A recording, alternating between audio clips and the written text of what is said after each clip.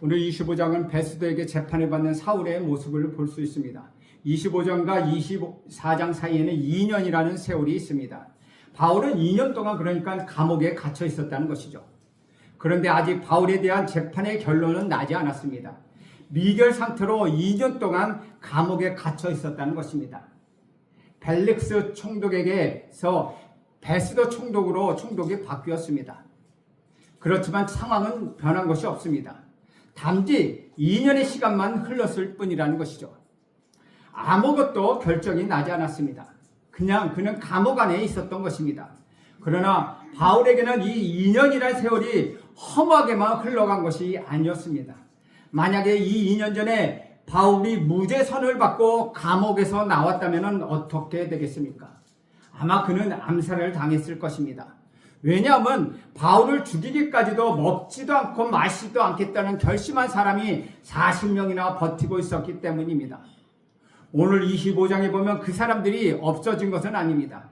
2년이 지난 지금도 똑같이 사도 바울을 죽이려고 하는 모습을 우리는 볼 수 있습니다. 하나님은 2년 동안 사울을 잘 보호해 주셨던 것입니다. 이것은 하나님의 놀라운 섭리입니다. 두 번째로 사도 바울이 쉬지 못하고 있었는데 2년 동안 감옥에서 편히 쉴 수 있었다는 것이죠. 바울에게 안식년을 주신 것입니다. 감옥에서 하나님은 바울을 위로하시고 바울을 축복해 주심을 알 수 있습니다. 쉰다는 것이 결코 나쁜 것만은 아니라는 것이죠. 쉰다는 것은 영적인 재충전과 하나님의 사랑의 시간을 확인할 수 있는 것입니다. 벨릭스 총독의 후임으로 베스도 총독이 부임하였습니다. 그는 예수님이 오신 후 즉 AD 서기 60년부터 61년까지 총독으로 지냈던 사람입니다. 그가 부임한 지 3일 후에 그는 예루살렘으로 올라갑니다.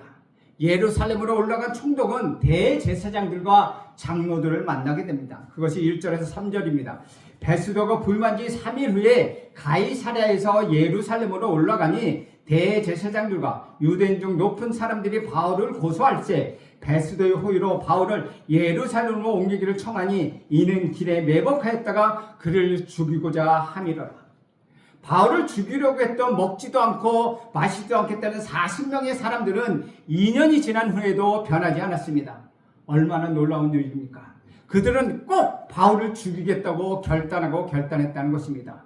총독이 바뀐 것을 기회로 해서 가이사랴에서 다시 예루살렘으로 바울을 이송시키고자 했습니다. 그것은 재판의 목적이 아니었습니다. 그 이송길에 매복하였다가 바울을 죽이고자 했던 계획이었습니다. 베스도는 정치인입니다. 그래서 가능하면 유대인들의 의견을 들어주려고 합니다. 4절에서 5절 말씀입니다. 베스도가 대답하여 바울이 가이사랴에 구류된 것과 자기도 멀지 않아 떠날 것을 말하고 또 이르되 너희 중 유력한 자들은 나와 함께 내려가서 그 사람에게 만일 옳지 아니한 일이 있거든 고발하라 하니라. 베스도는 유대인들에게 기회를 주었습니다. 다시 와서 너희가 왜 송사하는지 그것을 말하고 문제가 있으면 그를 즉시 예루살렘으로 후송시키겠다는 것입니다. 그러나 문제는 바울은 죄가 없기 때문에 바울을 송사할 만한 실질적인 증거와 내용이 없었습니다. 아무리 걸고 넘어지려고 해도 걸고 넘어질 것이 없었다는 것입니다. 이것이 6절과 7절의 내용입니다. 유대인의 율법적 관점에서는 바울을 재판장에 세울 수 없었고 성전이나 로마법이 잘못한 것이 없었기 때문에 바울을 송사할 수 없었습니다. 증거는 실제로 될 수가 없었다는 것입니다. 8절을 봅니다. 8절에 보면 이렇게 이야기합니다. 바울이 변명하여 이르되 유대인의 율법이나 성전이나 가이사에게나 내가 도무지 죄를 범하지 아니하였노라. 나는 유대인의 율법이나 성전이나 가이사에게 죄를 범하지 아니하였다고 말합니다. 8절에 보면 아니하였다라는 우리 성경에는 한 번만 나오지만 헬라어 성경에는 3번이나 나옵니다. 즉 바울이 말하기를 나는 유대인의 율법에 대하여 죄를 짓지 아니하였다. 성전에 대해서도 죄를 짓지 아니하였으며 로마 황제 가이사에게도 대해서도 죄를 짓지 아니하였다라고 이 아니하였다 3번을 의미하고 있다는 것입니다. 그래서 본문에서 그 사실을 강조하기 위하여 도무지라는 부사를 사용하고 있죠. 바울의 대답은 매우 간단했지만 이것이 바울의 재판의 내용입니다. 첫 번째 성전의 결례를 행하였을 때 소아시아에서 온 유대인들이 선동에 붙잡혀 천부장과 군중 앞에서와 유대 사내들 공회 앞에서 그리고 벨릭스 총독 앞에서 또 지금 베스도 총독 앞에서 재판을 받고 있습니다. 바울은 3차 전도여행을 마치고 예루살렘에 온 지 2년 이상 표면적으로는 아무것도 하지 못했습니다. 삶이 참으로 지루하게 보일 수도 있습니다. 바울은 이방인과 임금들과 이스라엘 자손에게 복음을 전하기 위하여 우리 주님께서 친히 택하신 사역자였습니다. 그런데 그는 지금 2년 동안 아무것도 하지 않고 감옥에 갇혀 있었다는 것입니다. 우리들의 인생도 참으로 지루하게 느껴질 때가 있습니다. 아무것도 되는 것이 없는 것처럼 그렇게 느껴질 때가 있다는 것입니다. 문득 지금 내가 무엇을 하고 있나 생각이 들 때도 있습니다. 그러나 우리의 인생에 의미가 없는 것은 아무것도 없습니다. 바울이 여기에 갇혀있는 동안에 하나님께서는 누가를 통하여 성경인 누가복음과 사도행전을 기록하게 하셨습니다. 만약 이 기간이 없었다면 우리에게 이러한 모습의 누가복음과 사도행전을 불가능했다는 것입니다. 이 기간에 누가는 이 지방 가이사랴에서 살던 빌립 집사를 찾아가서 초대 예루살렘 교회의 이야기를 듣고 사도행전 1장부터 12장을 기록하게 됩니다.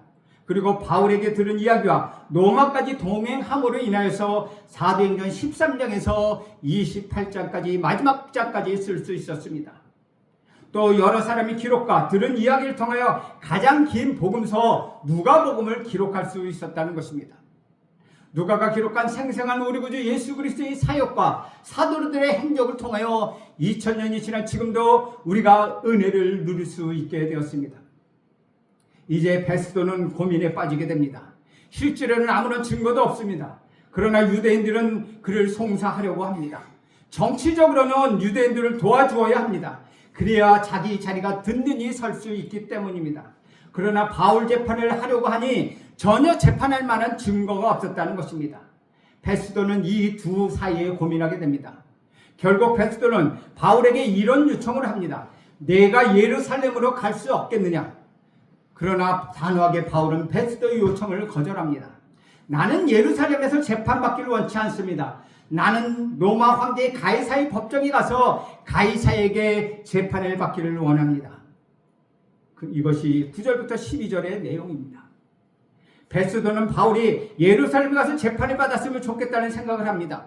왜냐하면 그는 유대인의 마음을 얻고자 했기 때문입니다. 그러나 사도 바울은 강력하게 예루살렘으로 가서는 재판을 받지 않겠다고 이야기합니다.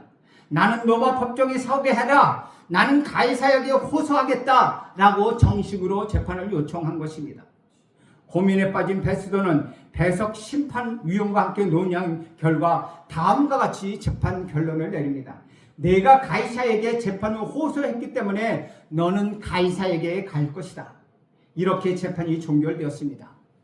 이제는 오직 황제 가이사 외에는 어느 누구도 바울을 재판할 수가 없었습니다. 왜 베스도가 정치적 부담을 가지면서 이런 결정을 했겠습니까? 유대인의 환심을 사기가 어려웠을 것입니다. 그런데도 베스도가 이런 결정을 한 이유가 무엇입니까? 그것은 바로 하나님의 섭리였습니다. 우리는 자기가 원하지 않는 결정을 할 수도 있습니다. 자기가 나 자신이 이렇게 가고자 하는데 생각지도 않은 엉뚱한 길로 가게 되는 것입니다. 재판에 이렇게 하겠다고 생각했는데 다른 방향으로 결정을 내린 것입니다. 여기에 하나님이 개입하셨습니다. 왜냐하면 하나님은 우리 사도 바울을 로마로 보내야 했기 때문입니다. 그는 예루살렘으로 돌아갈 수가 없었습니다. 하나님의 섭리와 뜻은 너를 로마로 보내야 하기 때문이라는 것입니다. 그래서 하나님께서는 이 재판을 이렇게 인도해 주신 것입니다. 사랑하는 여러분, 나는 여러분에게 하나님께서 여러분의 생애도 이렇게 인도하기를 간절히 믿습니다. 내가 내 인생을 이끌어가는 것이 아닙니다. 내가 내 인생을 이끌어가는 것 같지만, 내가 내 사업을 하는 것 같지만 여러분이 여러분의 사업을 하는 것이 아니라는 것입니다. 그렇지 않습니다. 여러분이 여러분의 사업을 하지 않고 하나님께서 인도해 주시는 것입니다. 바로 그때 이런 결정이 나타났을 때 베스도에게 두 손님이 찾아옵니다. 아그리빠 왕과 그의 여동생 베니게가 베스도를 찾아옵니다. 13절에서 14절을 봅니다. 수일 후에 아그리빠 왕과 베니게가 베스도에게 문안하러 가이사야에 와서 여러 날을 있더니 베스도가 바울의 일로 왕에게 구하여 이르되 벨릭스가 한 사람을 구류하여 두었는데 라고 말합니다. 여기에 보면 베스도가 얼마나 고민을 했는지 나타납니다. 자기도 모르게 베스도는 가이사의 재판에 이 재판을 이송한다고 했기 때문에 불안한 것이었습니다. 내 결정이 잘한 것인가? 라는 이런 결정 뒤에 어떤 일이 생긴 것인가? 그래서 그는 아그리빠 왕이 왔을 때 일종의 재판 상담을 요청했다는 것입니다. 내 전임으로 있었던 벨릭스 총독이 한 사람을 구속했는데 그 사람의 이름이 바울이다. 그리고 지금까지 있었던 내용을 15절에서 21절 사이에 그는 요약하여 다음과 같이 이야기합니다. 유대인들이 바울을 고소해서 감옥에 집어넣었는데 그 사람은 재판해 보니 문제는 유대인이 고소를 했지만 그 사람에게서는 전혀 잘못한 것을 발견할 수가 없었다는 것입니다. 어떤 물증도 없었고 어떤 증거도 없었다는 것입니다. 그러나 유대인들은 다시 예루살렘으로 그를 송치하기를 원했지만 자기 자신이 보기에는 바울은 죄가 없기 때문에 바울의 소원대로 이 사람을 가이사의 재판을 받기로 결정을 내렸다는 것입니다. 이런 내용이 15절에서 21절까지 설명하고 있습니다.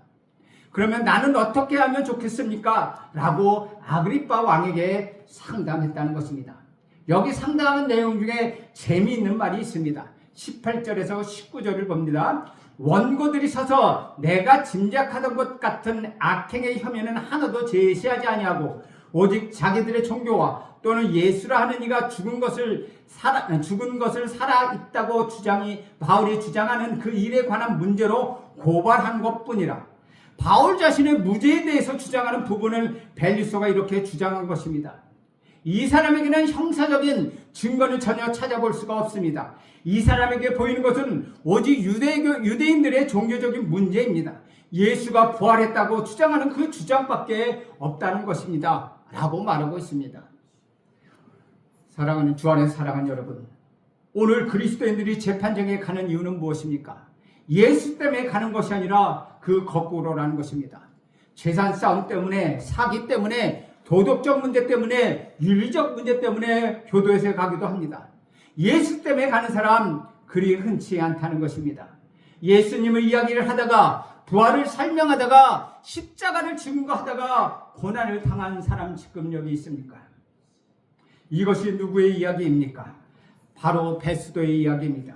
지금 이 사람의 문제는 형사의 문제가 아니라 종교의 문제고 예수가 부활했다는 것 때문에 유대인들이 흥분해서 잡으려 한다는 것입니다. 우리가 오늘 깊이 생각해야 볼 메시지가 여기에 있습니다. 지금 우리는 유대인의 송사를 보았습니다. 벨릭스의 재판도 보았습니다. 베스도의 재판도 보았습니다. 이 세 사람의 이야기의 요점은 무엇입니까? 바울이 도덕적으로 윤리적으로 문제가 있지 않다는 것입니다. 지금 바울이 문제가 되는 것은 그가 주장한 대로 예수가 그리스도요, 예수가 부활하셨다고 주장하는 그 주장 때문이라는 것입니다. 그렇다면 바울은 자기를 반대하는 사람들에게 정확히 전달했다는 것입니다. 우리들이 가끔 여러 가지 문제에 부딪히게 됩니다. 그 문제에 부딪히는데 문제는 그 내용에 예수에 관한 것이 아니라는 것입니다. 누구 때문에 그런 어려움을 당하는 것입니까? 무슨 일 때문에 그렇게 고민합니까? 다 나의 문제요, 나의 욕심이요, 나의 재물의 문제라는 것입니다. 그런 일로 인하여 고난이 찾아옵니다. 우리는 분수껏 살지 못하는 데 오는 그런 고난입니다. 그런 문제들로 저와 여러분의 인생은 이렇게 망가져 가고 있는 건지도 모릅니다. 시간을 낭비하고 그렇게 바삐 돌아다니고 밤을 새고 하는 일이 무엇 때문입니까? 진지하게 여러분 생각해 보십시오. 앞으로 고생하고 어려움을 겪어야 하는 것은 무엇 때문이어야 합니까? 다 시시한 것 때문에, 인간의 욕심 때문에, 인간의 정욕 때문에, 다 이지적인 문제 때문에 여러분의 인생에 수많은 시간을 보내고 상처도 있고 상처도 받고 상처도 주고 그런 것입니다. 그러나 사도 바울을 보십시오. 그는 예수를 믿은 후에 자기 문제 때문에 고난을 받은 일이 없다는 것입니다. 자기가 저질러 놓은 일 때문에 그는 고난을 당한 일이 없습니다. 그렇게 많은 고난을 당한 것은 오직 우리 구주 예수 그리스도를 위하여, 그 이름을 위하여, 그의 영광을 위하여, 그의 복음을 위하여, 십자가를 위하여 그런 고난을 당한 것입니다. 사랑하는 여러분, 여러분은 누구를 위하여 고생하고 있습니까? 여러분이 겪고 있는 고난은 누구 때문입니까? 더 이상 여러분 자신 때문에 분수를 지켜지지 못했기 때문에, 여러분의 욕심 때문에 오는 고난이 없기를 간절히 바랍니다. 그런 고생은 남는 것이 없습니다. 피곤하고 지치고 고통스럽고 낭망하고 절망할 뿐이라는 것입니다. 여러분, 아무리 못 살아도 새끼는 없습니다. 여러분, 아무리 많은 것을 소유한들, 아무리 큰 집을 소유한들, 여러분이 몸이 누일 수 있는 것은 침대 하나뿐이라는 것입니다. 아무리 에어로빅을 해서 살을 빼고 좋은 음식을 먹는다고 해도 건강하게 살면 80이라는 것입니다. 더 이상 건강하게 살지 못한다는 것이죠. 그러한 것이 인생입니다. 문제는 얼마나 값지고 얼마나 보람있게 사는 거냐 하는 것입니다. 고생을 했으면서도 수고를 겪는다 할지라도 내가 보람있는 삶을 사느냐 하는 것입니다. 하나님의 영광을 위하여 내가 감옥에 갈 수 있느냐 하는 것입니다. 이것이 오늘 우리가 보는 바울의 이야기입니다. 내가 왜 이렇게 고생하며 돈을 벌고, 내가 왜 이렇게 고생하며 공부를 하는 것일까? 이것에 대한 해답을 가지지 못한 사람의 결말은 허무한 뿐이라는 것입니다. 그 결과는 비참한 뿐이라는 것입니다. 그러나 그러나 사도 바울은 감옥에 갈지라도 그에게 영광스러운 삶이 그에게 있었습니다. 영광스러운 삶은 무엇입니까? 나를 위한 삶이 아니라 우리 구주 예수 그리스도를 위한 삶은 영광스러운 삶이라고 할 것입니다. 아그리빠 왕이 베스도의 재판 상담을 하는데 그는 재판에는 관심이 없었습니다. 그가 관심이 있는 것은 딴 데 있었다는 것입니다. 22절을 봅니다. 22절에 보면 아그리빠가 베스도에게 이르되 나도 이 사람의 말을 듣고자 하노라. 베스도가 이르되 내일 들으리이다 하더라. 아그리빠 왕은 나도 바울을 좀 보고 싶다라고 요구를 했다는 것입니다. 23절에 보면 이튿날 아그리빠와 베니게가 크게 위협을 갖추고 와서 천부장들과 시중에 높은 사람들과 함께 접견장소에 들어오고 베스도의 명으로 바울을 데려오니, 아그리빠와 베니게는 아주 화려하고 웅장한 권위 있는 왕의 십을 표시하는 옷을 입고 바울에게 나타났습니다. 천부장과 성중의 높은 사람들 다 초청해 놓고 접견장소, 즉 신문하는 곳에 함께 있었다는 것입니다. 그리고 베스도의 명에 따라 아주 초라한 사도 바울이 나타납니다. 우리는 여기서 재미있는 한 가지 그림을 볼 수 있습니다. 불륜과 죄로 가득 찬 내면에 그런 것이 있지만 겉으로는 화려하고 품이 있고 권력 있는 높은 지체의 왕과 비록 예수의 몸으로 끌려 나왔지만 하늘의 영광과 놀라운 복음의 능력으로 가득 차 있는 초라한 한 사람을 대조적으로 보게 된다는 것입니다. 이것이 바로 우리가 사는 세상입니다. 주 안에서 사랑하는 여러분, 우리가 세상에서 어떻게 평가를 받느냐가 우리는 평가되지 않습니다. 하나님이 여러분을 어떻게 평가하느냐로 여러분의 인생이 평가됩니다. 세상 사람들이 여러분에 대해 무슨 말을 하느냐에 너무나도 신경 쓰지 마십시오. 성공했다 그런 말에 속지 마십시오. 사람들은 자기가 가진 것이 자기 것이라고 생각합니다. 더 갖기를 더 큰 권력을 소유하기를 원합니다. 그러나 그렇지 않습니다. 아무리 거치장을 잘해도 그 속에는 불륜이 있고 거짓이 있고 하나님이 원하는 것이 아무것도 없다면 그 사람은 아무것도 아니라는 것입니다. 그러나 감옥에 있고 낮은 자리에 있고 별 볼 일 없어도 영광스러운 소망이, 사랑이 있는 사람은, 사랑이 있는 그런 여러분은 하나님으로부터 인정받은 사람입니다. 25절과 24절 25절 봅니다. 베스도가 또 아그리빠 왕과 여기 있는 여러분에 이어 당신들이 보는 이 사람은 유대의 모든 무리가 크게 외치되 살려주지 못할 사람이라 하여 예루살렘에서 와 여기서 내게 청원하였으나 내가 살피건대 죽을 죄를 범한 일이 없더이다. 그러나 그가 황제에게 상상으로 보내기로 결정하였나이다. 가이사의 법정에 책임지고 있던 로마 총독 베스도가 다시 입을 열어 말합니다. 베스도는 예루살렘과 여기 있는 유대의 모든 무리가 바울의 죽음을 요구했지만 본인이 판단하기에는 바울은 죽일 만한 죄를 범한 일이 없다고 이야기합니다. 이러한 선포는 로마 제국 전역에서 그리스도인들을 추적하고 투옥시키며 고소하는 무리들에게는 의미심장한 말이었습니다. 하지만 바울은 이미 황제에게 상수한 상태였기 때문에 그는 로마로 가게 됩니다. 26절 27절을 봅니다. 그에 대하여 황제께 확실한 사실을 알릴 것이 없으므로 신문한 후 상소할 자료가 있을까 하여 당신들 앞, 특히 아그리빠 왕 당신 앞에 그를 세웠나이다. 그 제목을 밝히지 아니하고 제수를 보내는 것이 무례한 일인 줄 아나이다 하더라. 베스더에게는 황제에게 이러이러한 이유로 이를 보낸다고 해야 되는데 그가 보낼 보고서에서 알릴 것이 없으므로 몹시 당황스럽다고 이야기합니다. 그는 고소 내용을 상세히 적은 보고서를 준비하여 네로 황제에게 상소할 때 함께 보내야 했다는 것입니다. 그래서 모인 사람들에게 그 이유를 설명한 뒤에 베스더는 바울을 심문해 주기를 바란다고 언급합니다. 아그리빠 왕은 유대인의 모든 풍속과 문제를 잘 아는 전문가라고 생각했기 때문에 베스더가 바울의 제목을 보고서 쓰는데 도움을 줄 것이라고 그는 생각했다는 것입니다. 베스더는 저민자 벨리스처럼 바울을 면밀하게 조사했으나 그의 삶에서 잘못한 점을 전혀 찾아볼 수가 없었습니다. 바울이 로마 제국의 시민으로서 정직하게 살아왔기 때문입니다. 그는 로마법 가운데 그 어느 것도 범한 적이 없으며 숨거나 두려움에 떨 이유가 전혀 없었습니다. 지금 바울을 보면 원수들로부터 정밀한 조사를 받았지만 도무지 죄를 찾을 수 없었던 다니엘에서 6장의 다니엘을 생각나게 합니다. 지금 우리들의 삶은 누군가 청문회를 통하여 다 털어본다면 우리는 아무런 문제가 없겠습니까? 우리의 삶 속의 다양한 실수들과 불법적인 행위들, 일관성 없는 모습을 찾아내어 목록을 만든다면 완전히 자유로울 수 있겠습니까? 하나님 앞에서 즉 호람되오라는 정신을 생각하면 어디서든지 더욱 정직하게 살기 위해 우리는 몸부림쳐야 하겠습니다. 우리는 예배의 생활과 기도의 생활을 통하여서 우리 삶 속에 예수 그리스도를 전해야 합니다. 십자가 부활의 복음이 여러분에게 흠잡을 데가 없다면 여러분의 삶에 흠잡힐 만한 일이 없어야 한다는 것입니다. 복음은 우리의 깨끗한 양심과 정결한 삶 가운데다 잘 간직되어 있다가 인격이라는 것을 통로를 통해서 세상 사람들에게 전해지기 때문입니다.